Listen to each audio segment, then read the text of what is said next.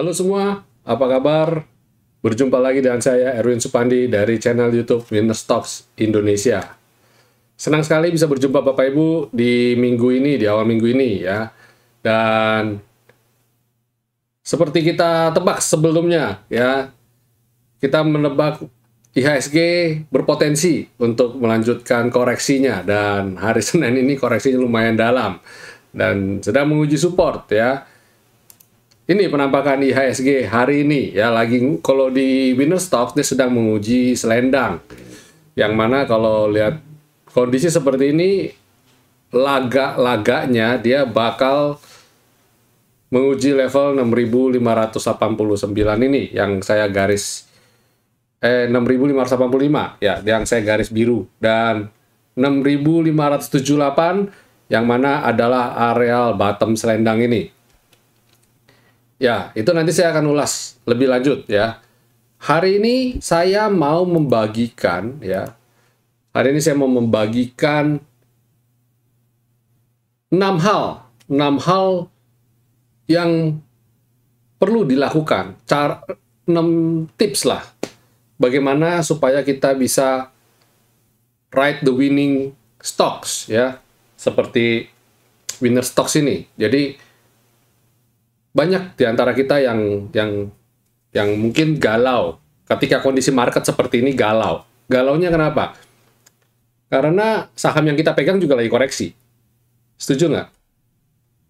Jadi ada mungkin Bapak Ibu wonder nggak, ada bingung nggak sih, bertanya-tanya nggak sih, kok ada satu orang yang profitnya bisa floating profit ya, bisa sampai ratusan persen, bisa mungkin sampai 600%, 700%, bahkan ada yang sampai 1000%.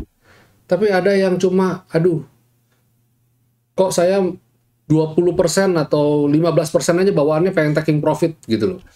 Kita bertanya-tanya, kok kuat sih? Ya, kok kuat bisa hold selama itu? Bukan masalah kuat hold ya. Kalau naik terus, Pak, saya mah kuat gitu. Yang bikin saya nggak kuat itu apa? Yang bikin saya nggak kuat itu ketika hari kayak hari ini loh. 2 hari ini loh, dari hari Jumat sama hari ini, koreksi lah, saham saya koreksi, saya jadi galau. Enaknya di taking profit apa enggak? Kalau saya nggak taking profit dia tambah turun, nanti malah dari untung jadi buntung. Itu caranya gimana sih Pak? Supaya kita bisa let the profit run. Wah, ada istilah lagi, let the profit run. Itu orang banyak kan dengar istilah let the profit run seperti seolah-olah kayak gampang dilakukan. Iya, gampang kalau sahamnya begini terus, tang terus. Lah, tapi kalau sahamnya lagi naik turun, ya kan? Nah, mau let profit run bagaimana, Pak? Yang ada malah ini jantung, Pak, spot jantung terus, naik turun terus, galauan terus. Ada beberapa contoh yang mungkin Bapak Ibu bisa lihat. Kalau yang mungkin contoh yang trading Akra. Trading Akra mungkin dari level bawah mungkin saat ini mah tutup mata merem aja gitu ya. Tapi kalau yang baru masuk belum lama ini, mungkin akan berpikir, aduh kok profitnya di situ-situ aja, jangankan profit. Kemarin saya average up, sekarang posisi jadi malah minus gitu. Mending saya masukin ke BBYB yang hari ini hampir arah, atau mungkin masuk ke saham seperti kemarin BNBA 2 hari 50% gitu kan. Mending taruh di situ dong Pak, ngapain saya hold Akra kayak gini. Nah, jadi itu kayak pertentangan batin. Ini nggak usah Bapak Ibu, saya pun ngalami. Contoh, saya disuruh beli BCA hold lama, itu saya nggak sabar gitu loh. Saya lebih suka enjoy, saya lebih suka trading yang cari yang momentum. Ya, itu saya gitu loh, itu karakter namanya ya, itu style yang saya pilih gitu ya. Saya lebih seneng yang high volatility range dan dapat profit besar. Tapi itu kan karena memang saya sudah cukup piawai bertrading dengan itu. Tapi kalau saya disuruh hold BCA, hold BRI lama gitu, berbulan-bulan, rasanya saya bukan tipikal yang seperti itu gitu loh. Nah, itu hal yang sama juga mungkin ada di dalam pikiran Bapak Ibu. Hari ini saya mau bagikan bagaimana sih caranya supaya kita bisa hold lama. Ini saya juga mempelajari, saya pengen tahu juga gitu loh, bagaimana sih caranya. Jadi kita sama-sama belajar ya Bapak Ibu ya. Seiring dengan bertambahnya usia, dengan bertambahnya kesibukan, saya juga mulai berpikir untuk kayaknya saya harus mencari cara untuk bagaimana saya bisa hold long term period gitu loh di tengah-tengah kesibukan saya. Ya, saya sekarang sedang belajar untuk memanage itu, Ya, itu sebabnya saya sharing. Saya mau sharing kepada Bapak Ibu gimana sih caranya ya supaya kita bisa ride the winning stock ya, bisa bisa long term, kita bisa hold jangka panjang ya. Nah, saya mau bagikan nih. Pertama ya, rule pertama ya yang saya dapatkan ini ya, ada 6 hal utama yang ini ada banyak dan saya sebenarnya saya hanya bagikan 6 utamanya dulu aja. Di antara 6 utama ini sebenarnya ada sub-subnya macam-macam, ada tambahan-tambahannya. Saya hanya bagikan 6 poin utama. Untuk detailnya saya mungkin akan bikin video. Saya akan bikinkan video yang untuk breakdown ini kepada spesial buat member ya. Tapi saya bagikan 6 utama untuk Bapak Ibu. Ya, setidaknya Bapak Ibu bisa punya gambaran besar setidaknya apa sih yang harus dilakukan ya, yang dilakukan untuk trading ride the winning stock ini ya, bisa hold long term ya. Pertama yaitu bentuk suatu atau buat suatu aturan dasar. Harus punya aturan dasar. Dan aturan ini harus disepakati. Ya, aturan ini harus disepakati dengan disiplin. Buat aturan dasar itu dulu satu. Katanya makanya saya bilang, sebabnya saya bilang saya buat 6 supaya di dalamnya itu ada poin-poin penting. Aturan dasar itu apa aja gitu ya. Contoh, saya berikan contoh. Aturan yang dimaksud dengan aturan dasar itu seperti saham yang dipilih. Nah, itu aturan dasar. Saham yang dipilih itu apa? Sektornya mana? Nah, sektor apa? Itu aturan dasar. Masuknya kapan? Per bulan kah? Per minggu kah?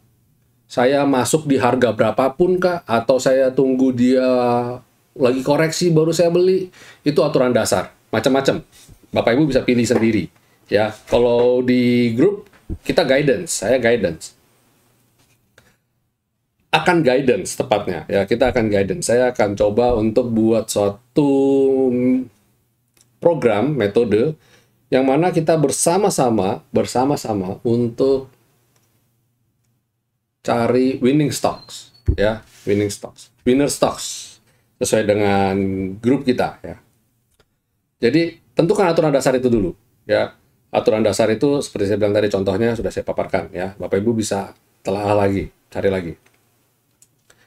Kemudian nomor 2 ya, stop untuk overtrade. Di sini yang saya maksud dengan overtrade itu begini. Saya akan termasuk kategori overtrade. Seperti saya sudah bilang tadi, saya itu high frequent trading. Saya di BNBA aja trading bisa 3-4 kali ya. Nah, itu overtrade itu. Itu overtrade. Don't try this at home. Itu kalau saya lagi begitu tuh biasanya do it with your own risk. Saya ada kata-kata seperti itu, atau kalau nggak disclaimer on dan sebagainya. Tidak semua orang bisa lakukan itu soalnya. Jadi lebih kepada hanya untuk yang sudah cukup piawai aja ya, bahasa kasarnya seperti itu. Jadi stop overtrade. Jadi kalau saya pribadi berarti saya harus mengurangi intensitas trading saya. Ya, saya harus kurangi intensitas trading saya. Atau kalau saya tetap susah, namanya juga manusia ya, itu sifat dasar. Kayaknya kepengen banget gitu ya, cari cuan gitu ya. Teng cuannya kepengen banget. Nah, jadi gimana kalau gitu? Ya, saya balik lagi ke rule back to basic. Berarti aturan dasarnya adalah saya harus pisahkan nih akunnya nih. Nah, ini salah satu aturan dasar yang sudah kita tetapkan. Akun untuk trading sendiri dan akun untuk investasi sendiri. Itu ya. Jadi rule nomor 2 adalah stop overtrade. Jangan terlalu banyak tradingnya, jangan kurangin kurangin ya, kurangin. Sarannya begitu. Tapi kalau nggak bisa, ya split, dipisah untuk trading dan untuk invest. Dan ini berlaku juga dalam hal positioning.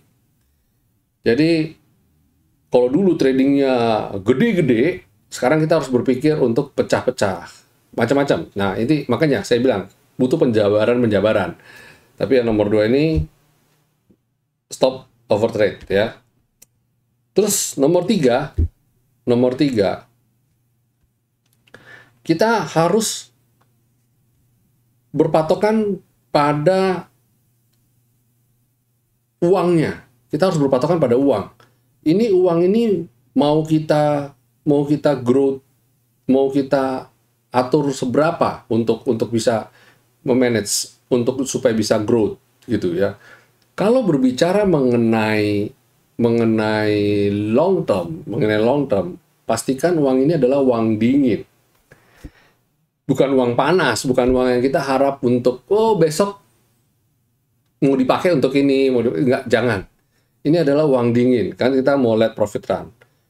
Ketika kita berpikiran untuk, ini saya mau pakai buat ini, mau pakai buat itu, nggak mungkin kita bisa berpikir let the profit run atau cari yang stok yang multi bagger, yang panjang, yang long term, yang 1000%. Itu nggak mungkin. Karena apa? Tengah-tengah jalan kita pasti, uang ini mau dipakai ini gitu dan sebagainya. Jadi kita harus lihat uang ini ya. Uang ini akan digunakan untuk apa dan sebagai apa. Kita nggak bicara mengenai goal. Kita mengenai uang ini dulu gitu loh. Uang ini tuh uang panas atau uang dingin gitu loh. Uang yang biasa untuk Bapak Ibu perlukan untuk dapat income tambahan atau apa. Atau uang yang memang, ini untuk tabungan gitu loh. Jadi harus dibedain ya, harus dibedain. Ya, itu uangnya. Itu nomor 3. Nomor 4, kita harus belajar untuk scale. How to average up gitu ya. Itu nomor 4 itu scale. Jadi ada yang bertanya, Pak, kalau nabung saham enaknya one time beli jebret di awal atau masuk sedikit demi sedikit ya gitu. Nah, saya lebih suka istilah gini, kita harus belajar untuk scale. Untuk scale. Maksudnya apa? Maksudnya begini.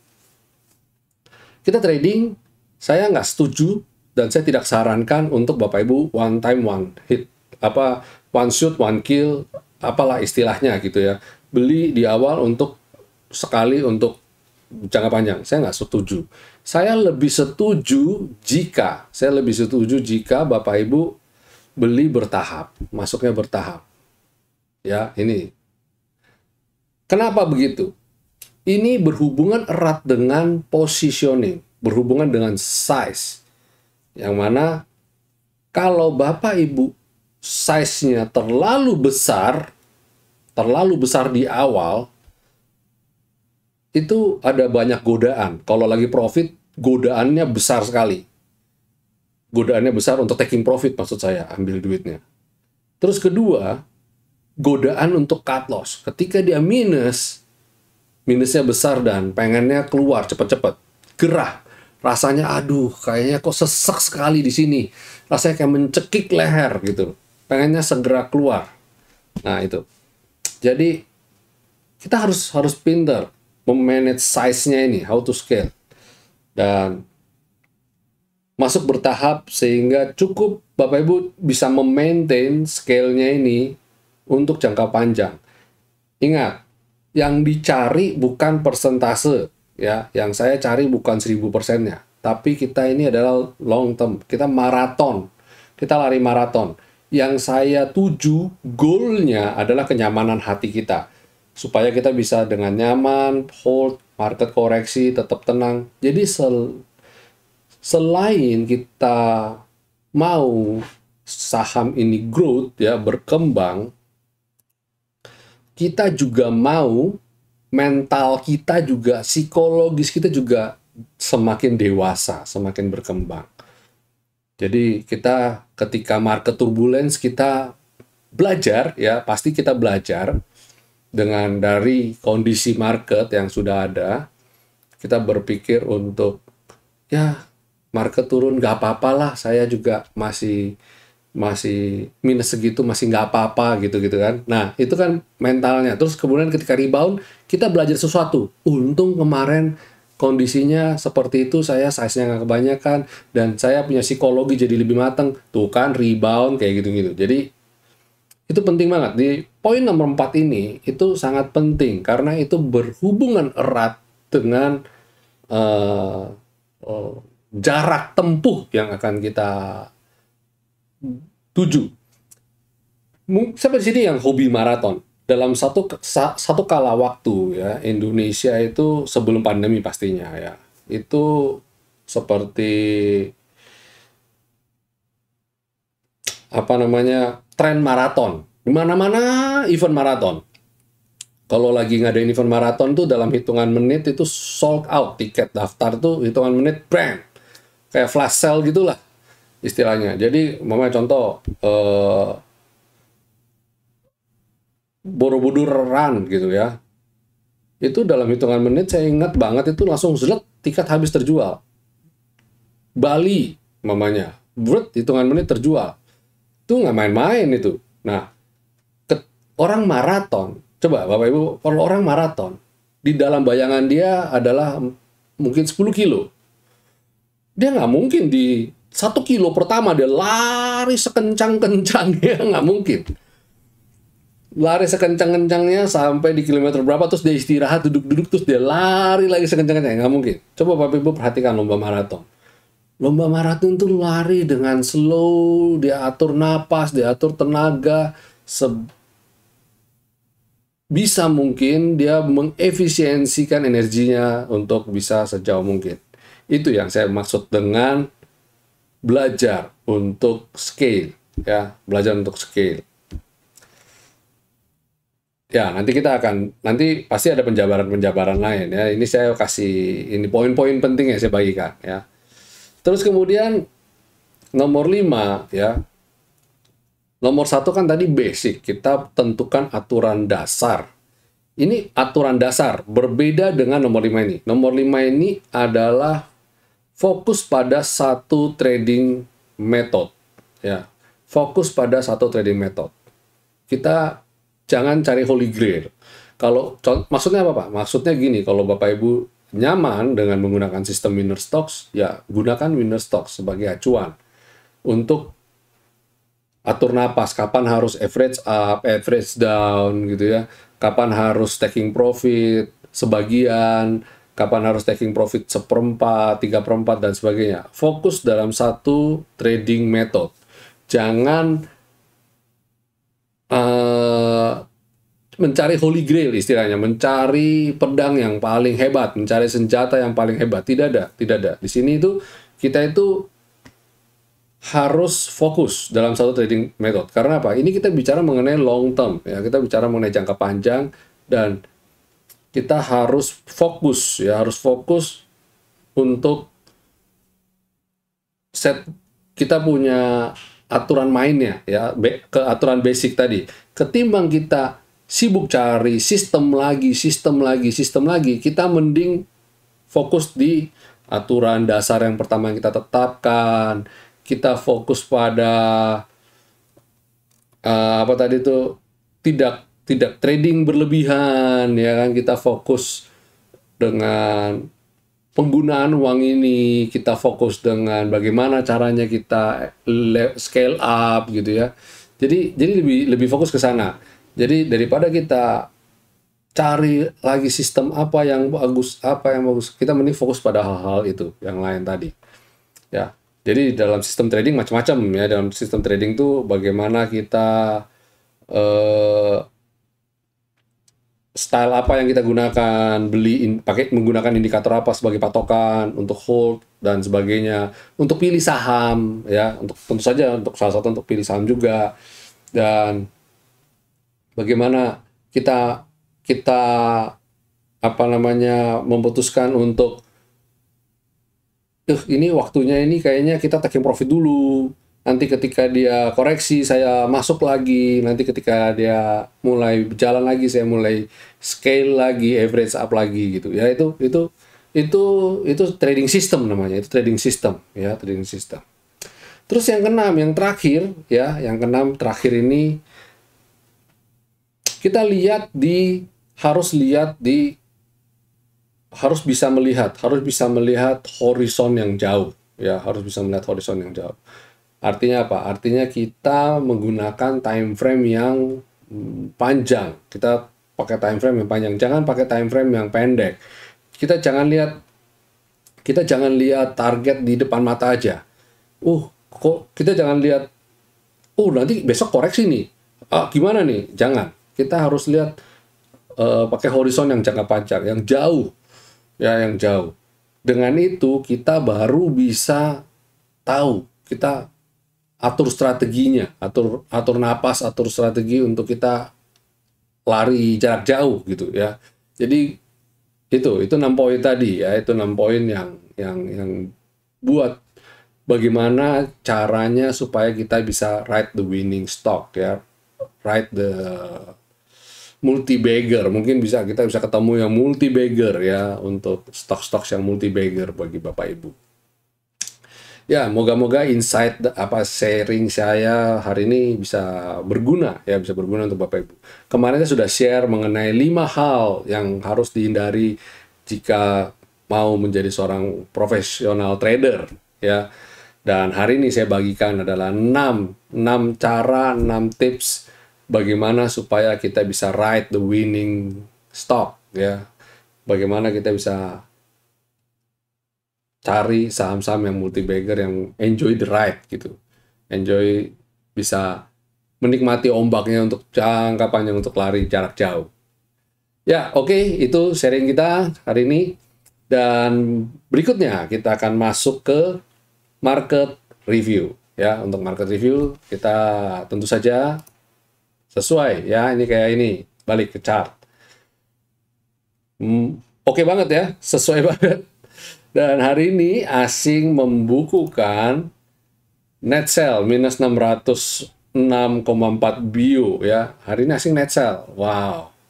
Dan transaksi hari ini cukup tinggi ternyata, 11 triliun. Waduh, transaksi dan volume tinggi, asing keluar. Wah, kalau saya bilang waspadai koreksi lanjutan dah, gitu aja deh. Ya, hati-hati. Dan coba kita cek sektornya coba, atau LQ45 dulu deh, yuk LQ45 dulu. Wah, udah jebol support LQ45, udah goodbye. Kalau kayak gini saya sudah, udahlah, koreksi, udah deh. Ya, LQ45-nya ini, LQ45 itu market cap loh ya, pemegang market cap, dan kalau ini koreksi sih, potensi koreksi cukup besar nih. Tuh lanjut ke sektoralnya, IDX Basic. IDX Basic masih dalam tren naik ya, walaupun dia candlenya merah, tapi pada dasarnya dia belum buat lower low, jadi tidak mengkhawatirkan menurut saya ya. Itu IDX Basic. Terus kemudian Consumer Cyclicals ini juga masih oke, masih dalam tren naik ya, dia tertahan level support. Kalau lihat kayak begini, berarti dua sektor ini adalah sektor anti badai, yang mana ketika market koreksi dia anomali, dia bisa naik sendiri. Jadi silakan Bapak Ibu cermati dua sektor ini ya. Kemudian sektor energi. Sektor energi ternyata koreksi ya, cukup dalam. Nah, kita hati-hati ya. Tapi rasanya nggak perlu khawatir, ini masih dalam tren yang naik. Dia mungkin koreksi sehat. Kita waspadai saja, di bawah sini ada gap, dan moga-moga dia masih bisa naik untuk nutup gapnya. Dia cuma untuk nutup gap doang nih, koreksi untuk nutup gap, habis itu dia rebound. Pada dasarnya kalau saya lihat kondisi cuaca ya, kondisi cuaca juga kan masih seperti ini. Ada kondisi cuaca buruk ya, ada La Nina lah, isu La Nina dan sebagainya. Jadi harga komoditi rasanya, especially di energi, harusnya masih akan naik ya, dan antisipasi musim dingin juga. Tapi harga katanya memang sudah digebur ya, barang sudah dibanjiri di market, sehingga harga juga otomatis, harga naik atau turun itu kan tergantung, apalagi komoditi ya, tergantung sekali dengan supply dan demand. Kalau demand-nya tinggi, supply-nya sedikit, ya pasti otomatis harganya naik. Tapi begitu demand-nya tinggi, harga barangnya, supply-nya juga tinggi, pasti harga dengan otomatis akan terkoreksi. Itu udah hukum alam, hukum hukum pasar dah yang berlaku ya. Sektor finance juga koreksi tapi tertahan support. Nah, ini saya lihat penentuannya nih. Kalau dia jebol selendang, top selendang, dia mungkin berpotensi untuk menguji bottom selendang. Kalau dia jebol ini kemungkinan besar IHSG juga akan merah. Ya, kita lihat dalam 2 hari terakhir komposit merah kan, dan sektor ini pun 2 hari terakhir merahnya cukup pekat. Jadi saya bilang hindari dulu sektor ini, khususnya yang market cap. Kalau yang bank digital small cap masih aman-aman saja saya rasa ya. Sektor healthcare, nah ini salah satu sektor anti badai, dia masih ada di atas selendang, silakan hold atau mungkin cari yang mana saham-saham sedang terkoreksi, sehat, silakan Bapak Ibu atur strategi untuk entry. Industri ya, sektor industri ini juga menurut saya lagi tertahan support.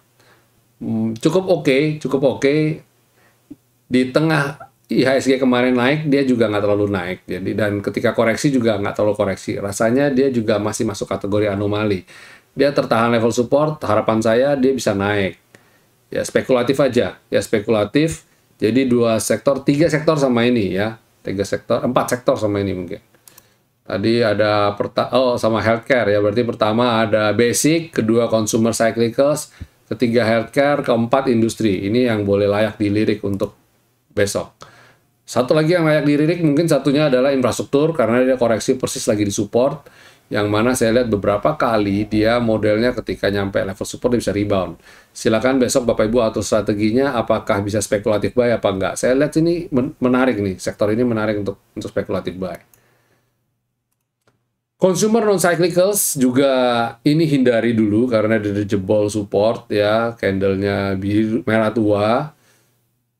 Jauh-jauh dulu sama sektor ini ya. Padahal banyak dipredik bahwa sektor ini berpeluang untuk menjadi kuda hitam atau menjadi penopang indeks ya, ketika indeks lagi koreksi di bulan November ini bisa atau menjelang beli saat ini sampai akhir tahun, rasanya sektor ini akan menjadi sektor yang profitable.